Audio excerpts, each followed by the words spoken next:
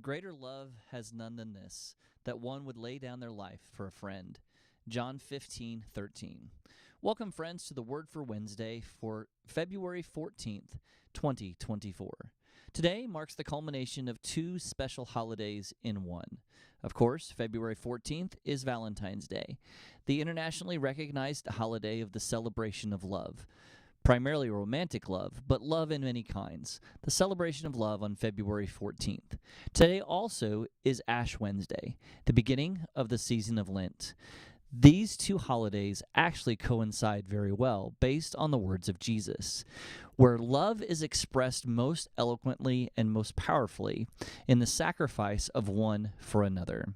In the mid-1600s, Oliver Cromwell held the position of Lord Proctor in England.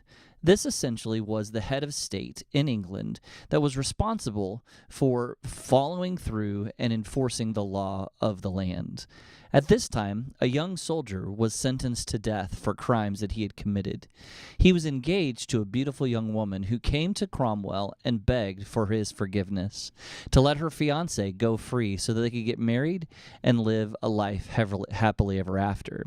Cromwell refused her request and said that the young man would be executed at the tolling of the bell at the end of the day, the bell for curfew. Each night, the bell would ring and would signify to the community that it was time to turn in for the night. As the evening came closer and closer, the person who was responsible for ringing the bell went to the bell tower and pulled the rope. However, no sound came. He pulled again and again, and the bell seemed to be malfunctioning. This seemed to be quite odd, because bells don't typically malfunction in this way. He climbed the tower, looked inside the bell, and discovered that the young lady who was engaged to the soldier who was sentenced to death had tied herself to the clapper of the bell, and she refused to let go until the bell continued to be silent. Her body was in the position of preventing the bell from tolling and therefore preventing her beloved from dying. My friends, this reminds us that greater love has none than this, that one would lay down their lives for a friend.